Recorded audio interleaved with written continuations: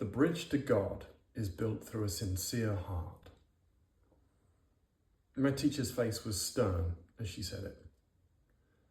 Probably rightly so, because I was struggling to find what sincerity was and where on earth my heart was and how to express it at the time that she said it.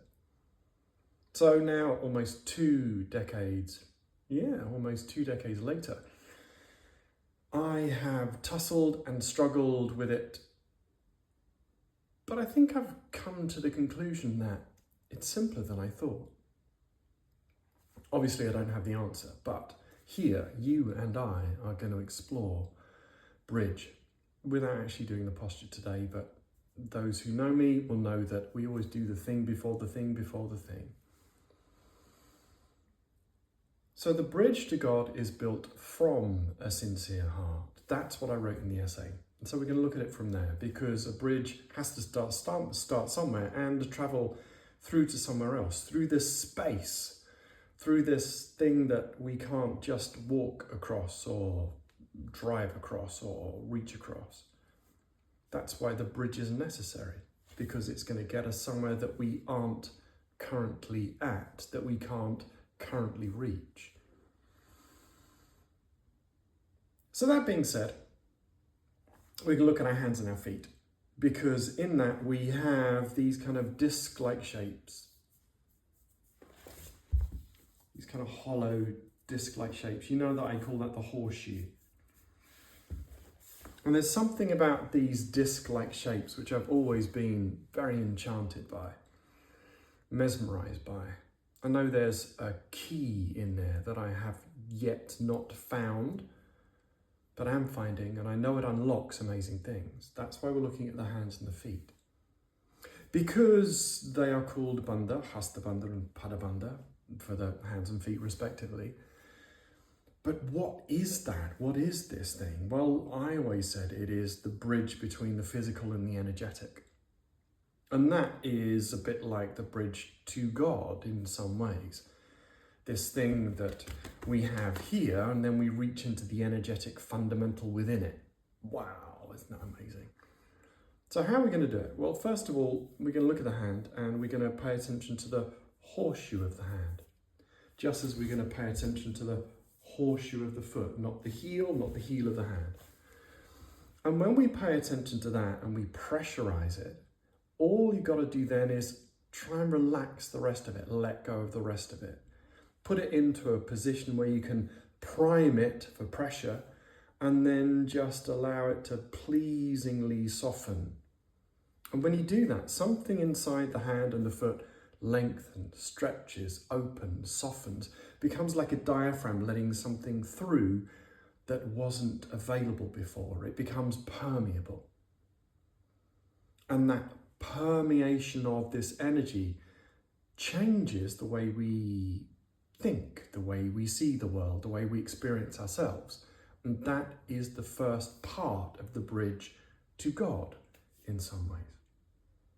How are we going to look at it? Well, before we finish with the hands and the feet, these diaphragms appear all over the body, I think. They appear in the knee, the pelvic floor, in the uterus, in the diaphragm, in the thoracic inlet, in the larynx, in the soft palate, and in the fontanelle.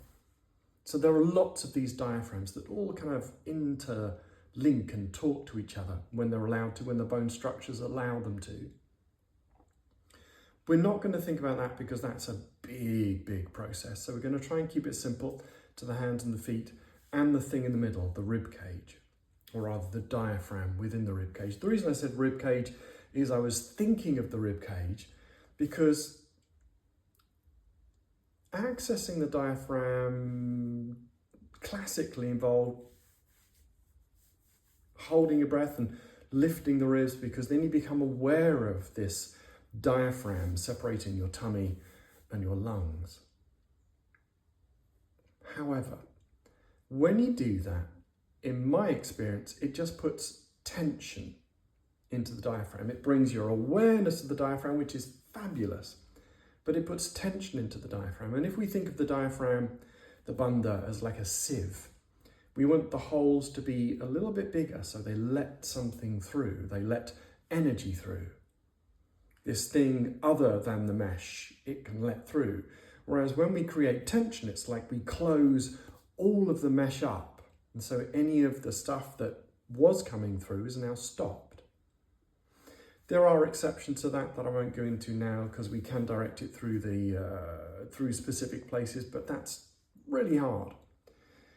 So we're going to simplify it. We're going to apply the same rule that we are applying to the hand, using the horseshoe of the hand and then relaxing the palm, softening the heel,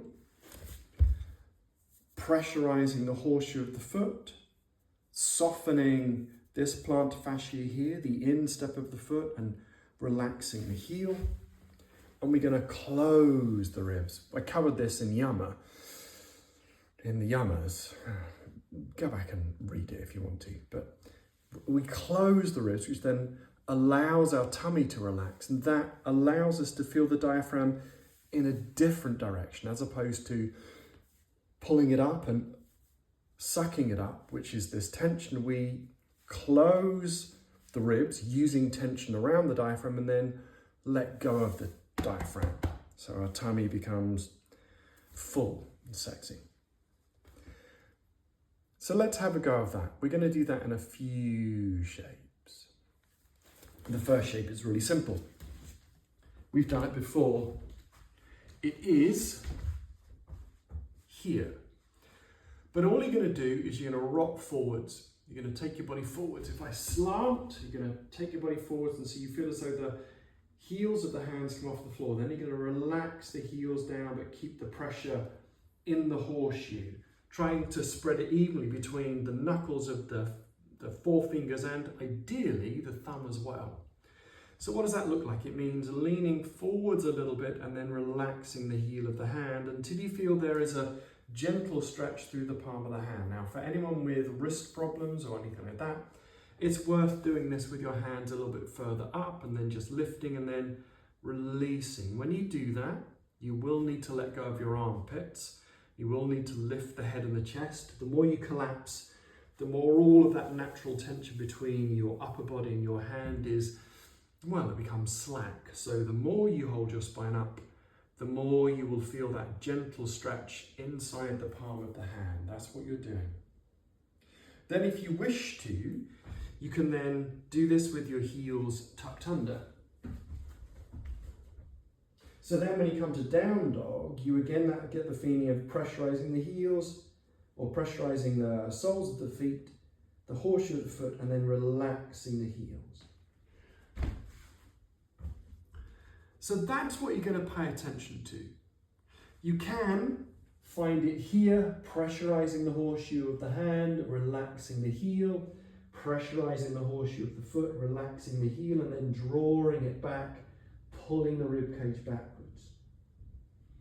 What you are after is this feeling of connection between the palm of the hand, the armpit, and the rib cage, the soles of the feet, and the pelvis.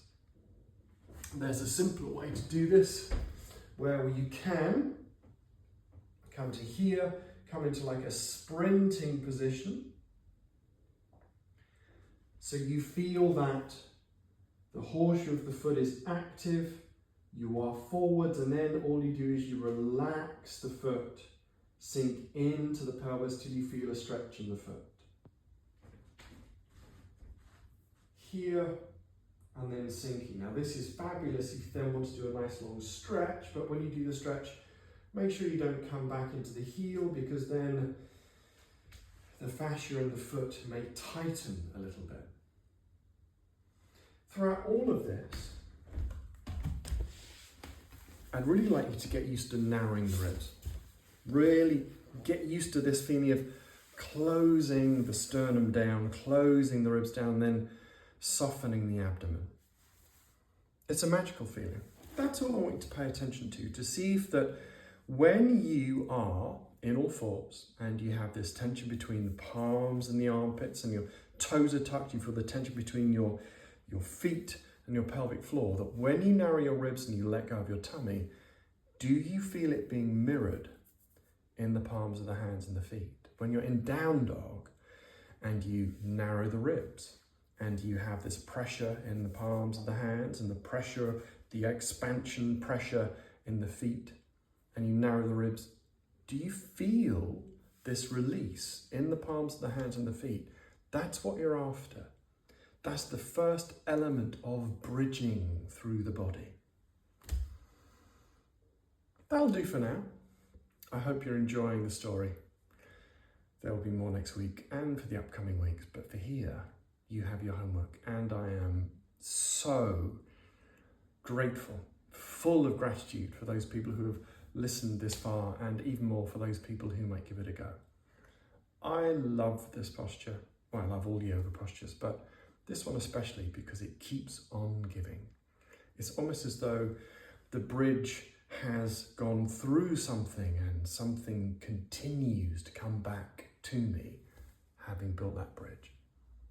Until next week, thank you again. Bye-bye.